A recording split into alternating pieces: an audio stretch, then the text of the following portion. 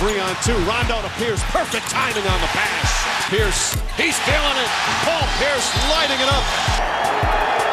Brown the jump shot. Puts it in. P.J. Brown, the unlikely hero. That'll do it. The Celtics are going back to the Eastern Conference Finals. Much to hash out in the NBA. We bring in our insiders from ESPN.com, David Thorpe, John Hollinger, and Henry Abbott. Guys, let's start with that Cavs-Celtics game. The Celtics win their second Game 7 of these playoffs. Henry, Paul Pierce and LeBron James put on this sort of Bird-Dominique retrospective. What did that moment mean for Paul Pierce's career? It was huge, David. The moment I'll remember forever from that game was when Paul Pierce snuck in front of LeBron James and stole that jump ball. I just felt like he was showing some kind of grit. It's the kind of thing people associate with winners that it hasn't been that way for him always. He was kind of seen as one of those high point scoring guys on a losing team, and there are a lot of those, and people don't really respect them the same way. And I feel like now he's put himself in a little bit different category with this. He didn't just, play a part on a winning team like he did before when he played with Antoine Walker, but now he was willing his team to a huge victory over a really solid opponent. So I think it was huge for Paul Pierce. Yeah, he was the biggest of the big three yesterday. So he's going at it with LeBron, and LeBron was fantastic. It's hard to criticize, but just one quibble. The Cavs down 3 late. He's coming up court. He passes up a 3 in transition, a 3 he had just hit a few minutes before. Instead, he drives left, takes on a couple guys, and throws up an air ball. John, did he try to do too much late? What was going on with LeBron down the stretch? I thought he was going to pull up and shoot the 3 as well because he did have a chance to tie the game. And the other point there was that the Cavs had a couple timeouts left and they still had Ben Wallace on the floor. So if he wasn't going to take the quick opportunity in transition, the best thing for Cleveland to do there would have been to call timeout and get their offensive players onto the court. And Ben Wallace got the feed in on the low block at one point. It didn't look like there was anyone covering him, and he just kicked it back out.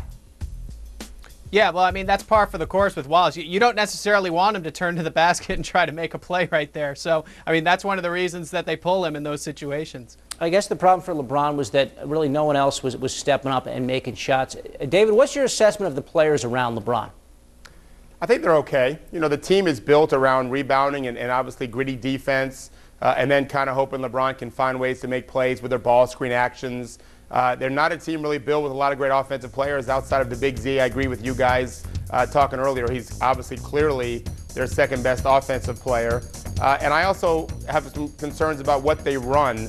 I think that their players are decent, but the actions that they run, the lack of patterns, the lack of continuity in some of their offenses really create situations where they're lost in late game situations. Like last night obviously was a great example. So I think going forward, not only do they have to upgrade maybe the 1-2 positions with pure talent, I'd like to see more of a system installed so that other players can play off of LeBron better than what they do now.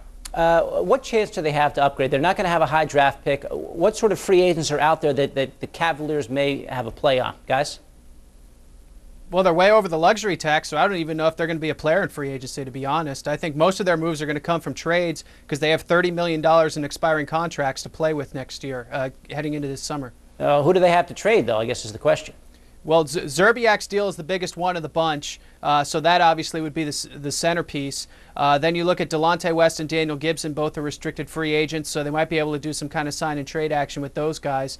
If they could unload Ben Wallace's contract, I'm sure they'd be happy to, but that's going to be a very difficult proposition. I mean, there's a lot of talk about that summer of 2010 and whether LeBron's going to stick around or not. Is that organization right now feeling the pressure? We've got to upgrade this team right now, or we're definitely going to risk losing LeBron? I don't think there's any question they feel pressure.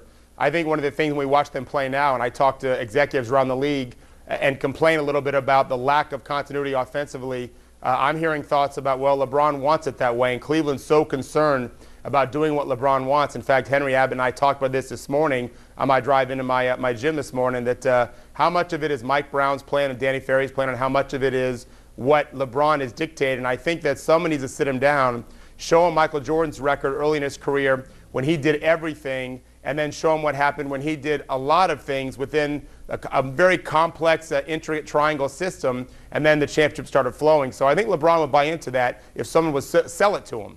But, David, isn't the difference, though, that LeBron quite often is looking to pass first and shoot second, it seems to me. I mean, yesterday aside, it seems like he's quite willing to kick it out. Well, sure he is. No, there's no question he's a very assertive player that's also very unselfish. That's never the issue. But I think a lot of times the fact that he always has the ball in his hands actually makes him a little easier to defend and certainly hurts his teammates a lot of times. Yet if you watch the way Utah runs their offense, the Lakers in their triangle, Phoenix's offense, a lot of times players get open because of the attention the defense is maybe giving Amari and Nash, or out in L.A. because of Kobe and Gasol. Other guys get openings without even having to work very hard.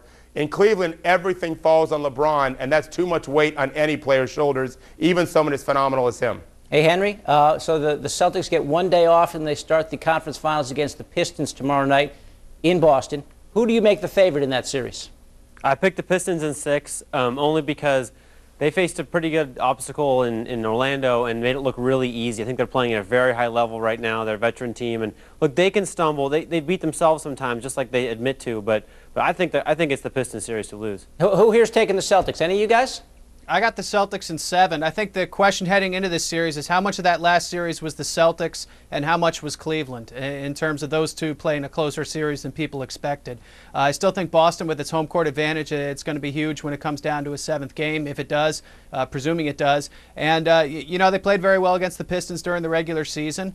And I think Ray Allen is probably certainly has to perform better than he did in the second round. So I like Boston. David, you got the Celtics or the Pistons? I knew John would take Boston. His numbers would have to suggest the Celtics with the home court advantage. But I don't love Detroit. I didn't love them last year either and thought they wouldn't even get out of the second round. They've impressed me a little bit the way they're playing. They're always capable of slipping. We know that Henry alluded to that. But I still think they're good enough to get at least one win in Boston. I don't trust the Celtics on the road. Obviously, I have no reason to. And I think Detroit's kind of found a groove a little bit. I think they're young guys coming off the bench. If Billups comes back and you've got Stuckey and Aflalo and some of those young guys in Maxfield, I think they can give energy. Detroit has a little bit of a different flavor to them this year, I thought, than the last couple years. A little more focused. I think Philadelphia was the best thing for them, really kicking them in that second and third and fourth game, and that first game even, just being around there. And at some point, Detroit realized we can't just show up and play. They didn't figure that out in years past. I think they figured that out this year, and so I like them in 6 games as of now. All right, we shall see. So we do have a Game 7, though, tonight that we need to talk about. And after the break, we'll get back with our insiders about that game. The Hornets and the Spurs in New Orleans. Do the Hornets make franchise history? And which of those teams would give the Lakers fits? We'll talk to our insiders about that coming right up.